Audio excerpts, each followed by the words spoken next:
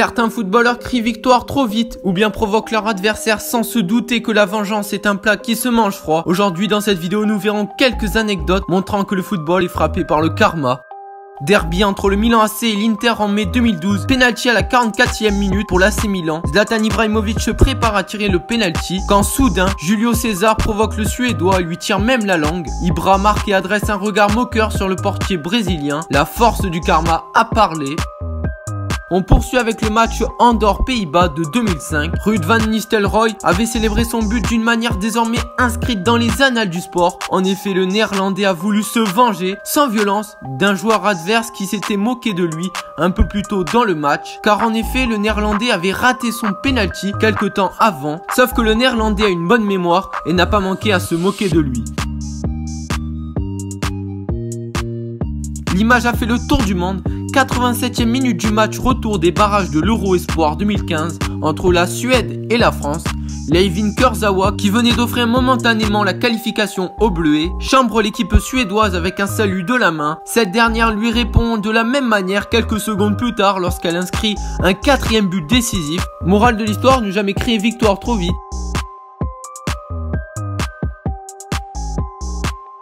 Avril 2012, le Bayern et le Borussia Dortmund s'affrontent en Bundesliga dans un match crucial pour le titre et Robben obtient un penalty à 5 minutes de la fin alors que Dortmund mène 1-0. Le Néerlandais s'élance et bute sur Weidenfeller. Il n'en fallait pas moins que le Serbe Neven Subotic aille méchamment chambrer ce pauvre Argène. Cependant, Robben marque un but victorieux lors de la finale devant le Serbe. De plus, Jérôme Boateng n'a pas hésité à se moquer de Subotic à la fin du match. En 2012, la rencontre Manchester City-Dortmund a provoqué le karma. Penalty pour Manchester City à la 90e minute. Roman Weidenfeller, l'ancien portier de Dortmund, a tenté de déstabiliser Balotelli, le tireur. Il s'est approché de lui a chuchoté quelques mots à l'oreille, mais l'international italien ne s'est pas laissé déconcentrer. Il s'est avancé calmement, puis a égalisé pour les Citizens, avant d'adresser au gardien Weidenfeller un signe de la main comme pour lui dire de ne pas trop la ramener la prochaine fois.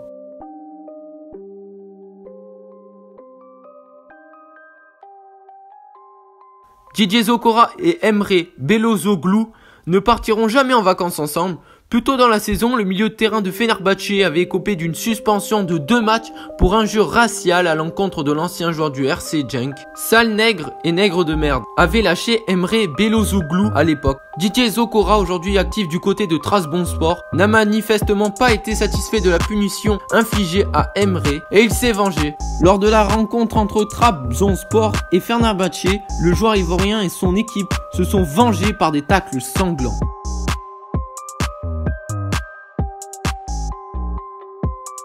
Finale de l'Euro 2016, Dimitri Payet blesse Cristiano Ronaldo, mais malheureusement la France perd et le Portugal devient pour la première fois champion d'Europe. Ironie du sort, l'année prochaine, Payet se blesse lors de la finale de l'Europa League contre l'Atlético Madrid. À la fin de la rencontre, l'Atlético de Madrid remportera la Ligue Europa et Dimitri Payet ne sera pas pris pour la Coupe du Monde 2018 à cause de sa blessure. Alors que le Real avait validé une victoire 2-1 face à l'Ajax, Ramos a provoqué une faute grossière et écopé d'un carton jaune à la 90e minute. Au sortir de cette rencontre, il avait admis avoir cherché la sanction sous la menace d'une suspension. Il a fait exprès de recevoir l'avertissement pour rater le match retour qu'il voyait sûrement comme une formalité et ainsi se présenter clean pour l'écart. Autant dire que le calcul n'a pas été bon puisque le Real Madrid a perdu le match retour. Résultat, Sergio Ramos et le Real Madrid ne verront donc pas les quarts de finale. Donc voilà, c'est la fin de la vidéo. Donc j'espère qu'elle vous aura plu. Si c'est le cas, n'hésitez pas à liker la vidéo, partager, commenter et vous abonner. Et on va dire qu'aux 30 likes, je vous fais un épisode 2. Moi je vous dis à la semaine prochaine pour une nouvelle vidéo. C'était la plaine du foot. Ciao.